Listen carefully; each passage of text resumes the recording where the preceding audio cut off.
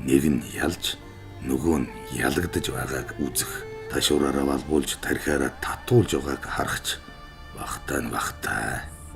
Тэгтээ энэ багтал миний чиний дундурыг үргэж дутуу гүйцэх юм уу? Ходод хоос хүүхэд нүцгэн гэр түлээгүй ихнэр нулимстай амьдрахын хажууд энэ багтал чинь юу юм бэ? Намууд бидний сайн сайхны төлөө ажиллах уу?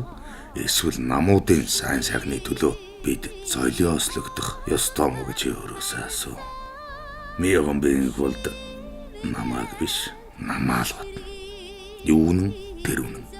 Тэр нөхөр ирэх барьж байгаа намаа сайн нэртэй үлдээж 20 оны сонгуультай мэд золгуулахыг л хүснэ. Ардын нам яаж сайн нэртэй үлдэх вэ гэхээр хямралаас гаргаж мань мэтийн амжиргааг сайжруулж байж л сайн нэр авна. Сайн муу хэлүүлсэн чи энэ засагтайгаа ойлголцоод л явна. Дэмждэг намынхаа хүнийг намчирган сонгоод амьдралаа тавьж туах уу? Амьдралаа бодож сонголт хийх үү? Тэгэд миний хувьд одоо бол бодож саналаа өндөө. Би улс төрчид чиг үлсгэлэн зарлангаа таргалж чадахгүй. Би бол хоол идэж байж л заддаг жирийн хүн.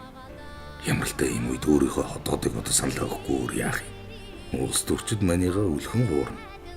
Хотоод минь харин намайг хуурдаг үлээ.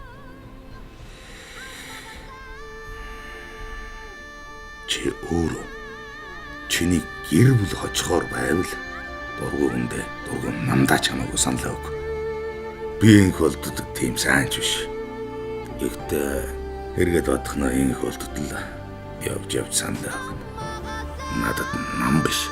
Миний амьдрал, миний үр хүүхэд илүү чухал.